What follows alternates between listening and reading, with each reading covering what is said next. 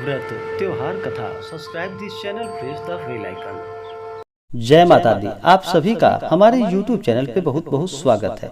आइए आज सुनते हैं श्रावण मास के चौथे मंगलवार के दिन माता मंगला गौरी की कथा। माता मंगला गौरी का व्रत श्रावण माह में कृष्ण पक्ष और शुक्ल पक्ष में हर मंगलवार को माता मंगला गौरी का व्रत किया जाता है। हर सोमवार के दिन श्रावण मास में भगवान भोलेनाथ का पूजन किया जाता है। वहीं पर हर मंगलवार को माता पार्वती का ही स्वरूप माता मंगला गौरी का व्रत किया जाता है, मंगला गौरी का पूजन किया जाता है। इससे माता प्रसन्न होकर के मनोवांछित फलों को प्रदान करती हैं।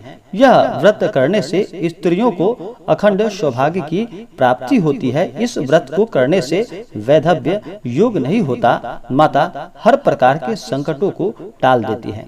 श्रावण मास का महीना यह बड़ा ही उत्तम मास माना जाता है। यह मास सभी व्रतों से भरा हुआ है। इस मास में हर प्रकार का पूजन करने से सुख और समृद्धि की प्राप्ति होती है और प्रभु का कृपा सदैव बना रहता है। माता मंगला गौरी का व्रत अखंड सौभाग्य, सुखी और मंगल वैवाहिक जीवन का आशीर्वाद माता मंगला गौरी देती है।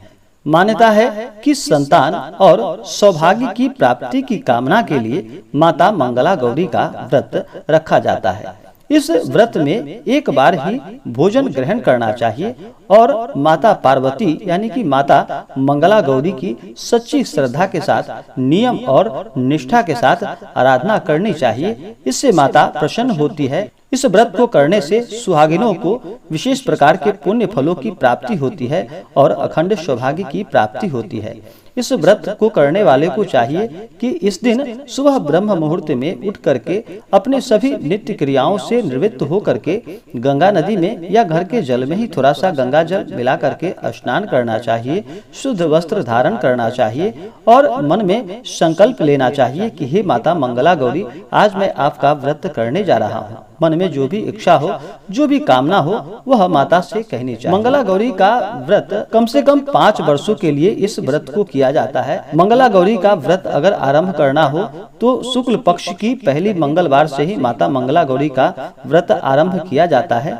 इससे माता प्रसन्न होकर के मनोवांछित फलों को प्रदान करती है। इस दिन माता के पूजन के लिए एक अच्छा सा जगह ले, उस जगह को अच्छे से साफ सुथरा करके, उस जगह को पवित्र करके वहाँ पे एक चौकी लगा करके, चौकी पे लाल कपड़ा बिछा करके माता मंगला गौरी का मूर्ति या उनका फोटो रख करके पूरे विधि विधान के साथ उनका पूजन करना चाहिए। इससे माता अति प्रसन्न होती हैं और मनोवांछित फलों को प्रदान करती हैं। माता मंगला गौरी के पूजन में 16 की मात्रा में सभी वस्तुओं का प्रयोग किया जाता है।